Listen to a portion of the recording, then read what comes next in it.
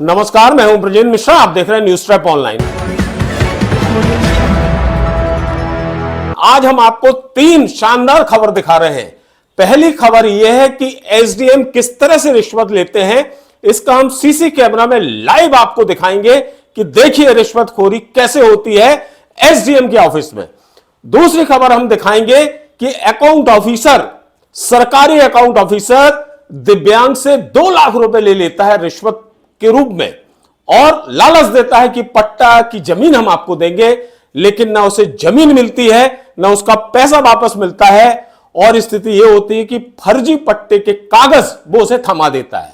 और तीसरी खबर यह है कि छिंदवाड़ा में नकुलनाथ, जीतू पटवारी और उमंग सिंघार ने बाकायदा कलेक्ट्रेट रैली ले जाकर कलेक्टर की जगह कुत्ते को ज्ञापन सौंप दिया।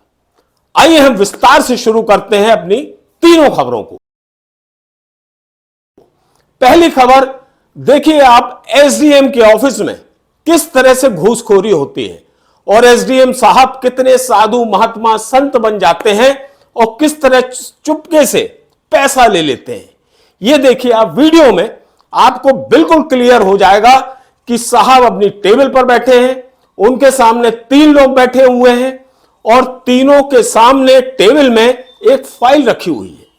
अब आप देखिए इसी बीच एक बुजुर्ग आदमी उठता है और साहब के बाजू में पहुंचता है, बाकायदा ड्रॉज खोलता है और ड्रॉज में एक लिफाफा रख देता है और साहब मोबाइल में खेलते रहते हैं, मोबाइल देखते रहते हैं, जैसे उन्हें कुछ नहीं मालूम कि कौन उनके बाजू में आया, किसने उनकी टेबल का ड्रॉज खोला और क्या रख दिया।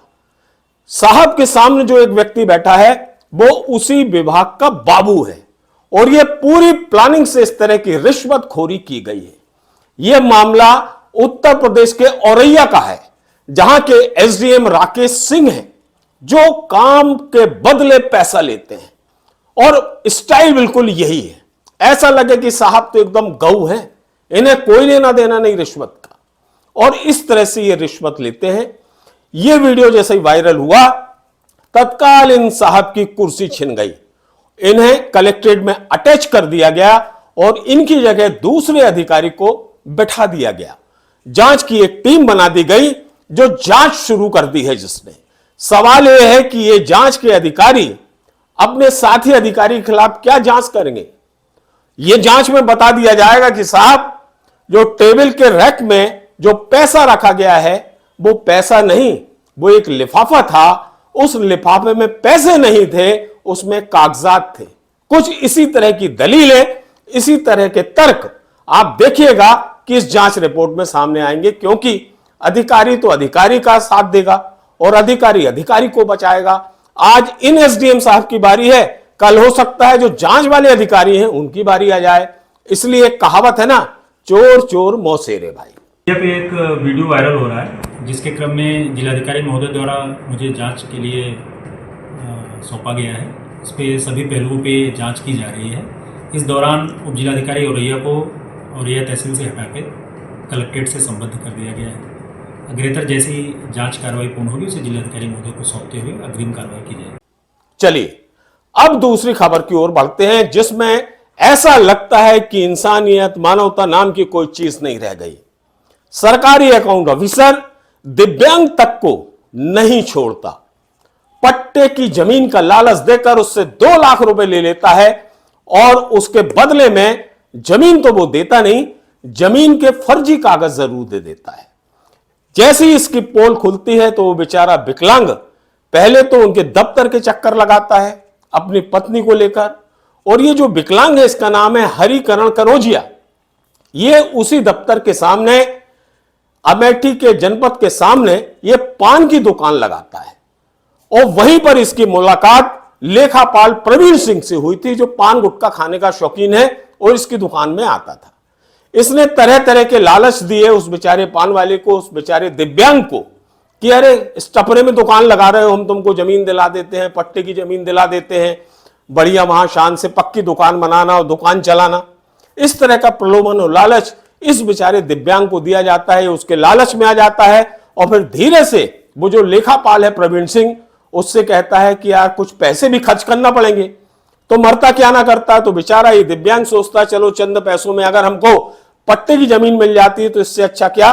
तो सबसे पहले लेखापाल उससे 30,000 रुपए लेता है कि साहब को देना है, तहसीलदार को देना है, एसडीएम को देना है।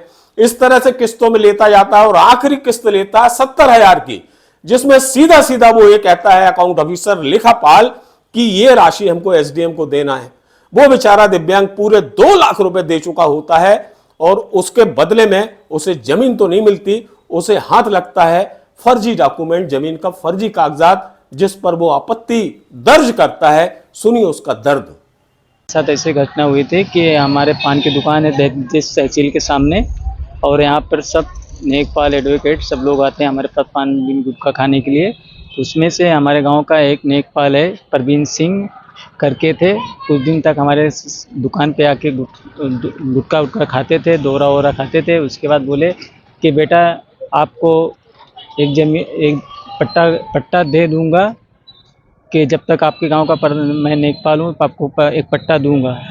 तो उसके बाद मैं बोला चाचा, तो बोले यहाँ पे जो दुकान लेके आते हो बच्चे बीवी लेके कि वहाँ पर रहोगे, पास में रहोगे, इतना लंबा आना नहीं पड़ेगा आपको दुकान रखने के लिए, वहाँ पर दुकान के लिए तुमको एक पट्टा दूंगा।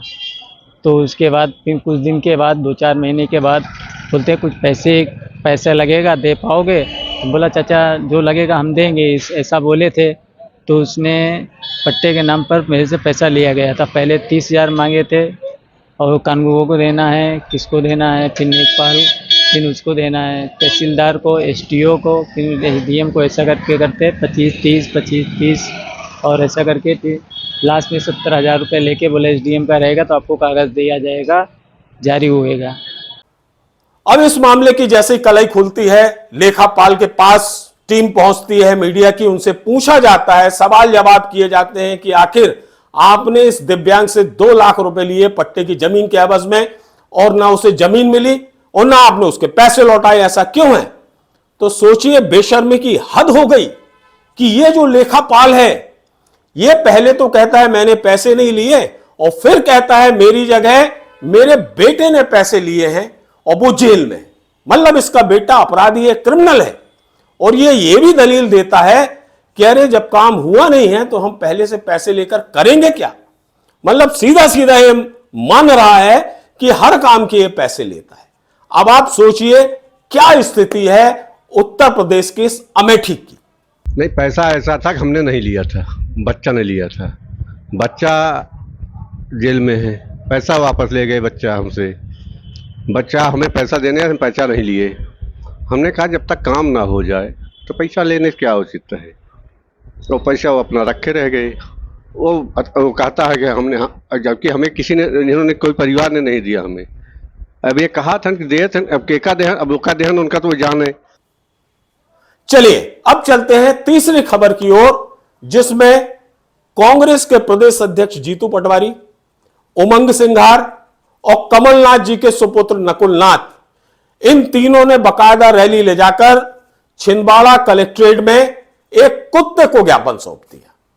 और ज्ञापन कुत्ते को इसलिए सौंप दिया क्योंकि ये किसानों की मांग को लेकर प्रदर्शन कर रहे थे, रैली कर रहे थे। इनका आरोप था कि खाद बीज की समस्या है, खेती लाभ का धंधा आज तक नहीं बन पाया, केंद्र सरकार तमाम तरह की बातें करती है, आज भी यूरिया और खाद के लिए किसान परेशान है। इसी मांग को लेकर इन्होंने प्रदर्शन किया और फिर रैली ले गए कलेक्ट्रेट।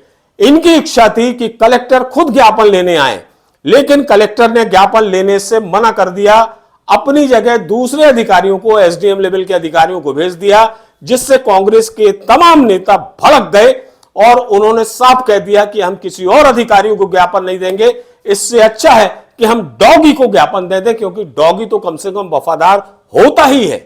और स्थिति यह बनी कि इन कांग्रेस के नेताओं ने कुत्ते को ज्ञापन सौंप दिया। किसानों के वादों को चोरने वाली सरकार, इन्होंने 3100 के धान का बोला था, नहीं दिया। 2700 के गेहूं का बोला था, नहीं दिया।